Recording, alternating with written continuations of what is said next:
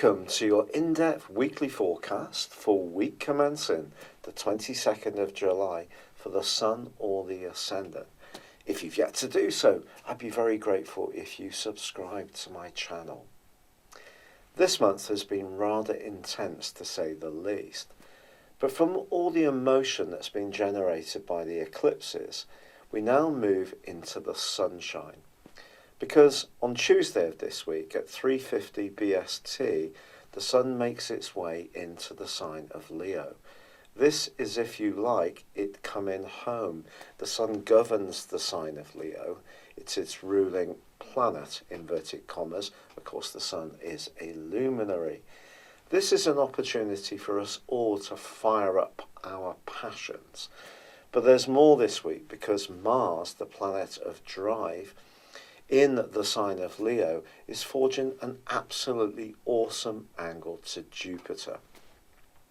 Jupiter may be continuing to retrograde through to the 10th of August, but it's still the planet of expansion, and in the fire sign of Sagittarius, it's linking in a fire triplicity to Mars in Leo.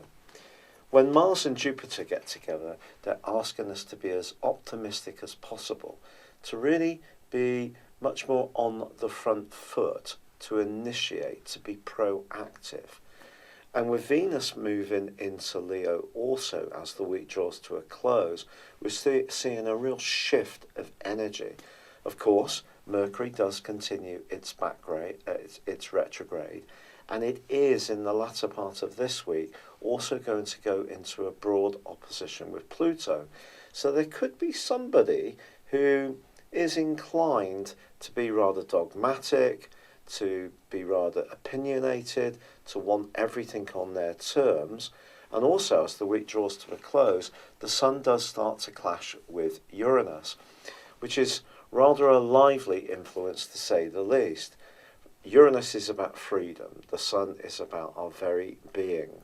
So it's possible that when it comes to the way that we want to enjoy life, which is essentially what Leo is encouraging us to do, we may find ourselves being much more impulsive.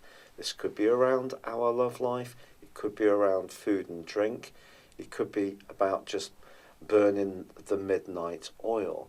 But some kind of rebelliousness or impulsiveness is definitely possible at the end of this week.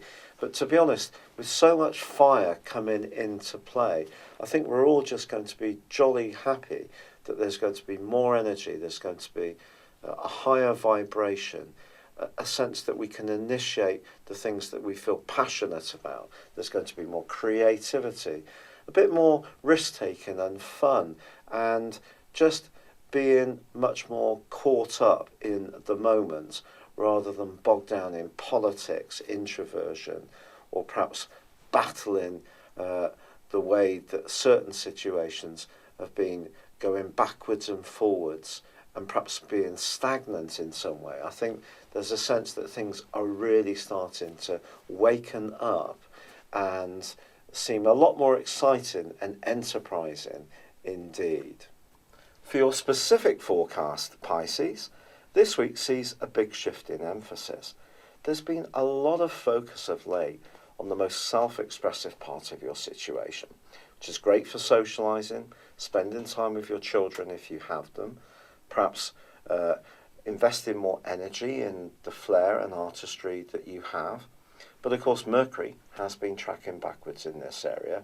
So even if you have been getting together with certain people, there's probably been a few snags along the way, and that could have affected your love life as well. Mars, however, has been in a very thrusting, hard-working part of your situation. If you've been able to meld your creativity with practicality, this has been a productive time. Now this week, the Sun returns to its home into the sign of Leo, followed on Saturday by Venus. The focus then is more about the everyday detail of things, the everyday structure. Because you're a very idealistic person at times and can go with the flow and feel the energy around situations, this is asking you to just focus down a little bit, narrow your focus, and really deal with the nitty-gritty.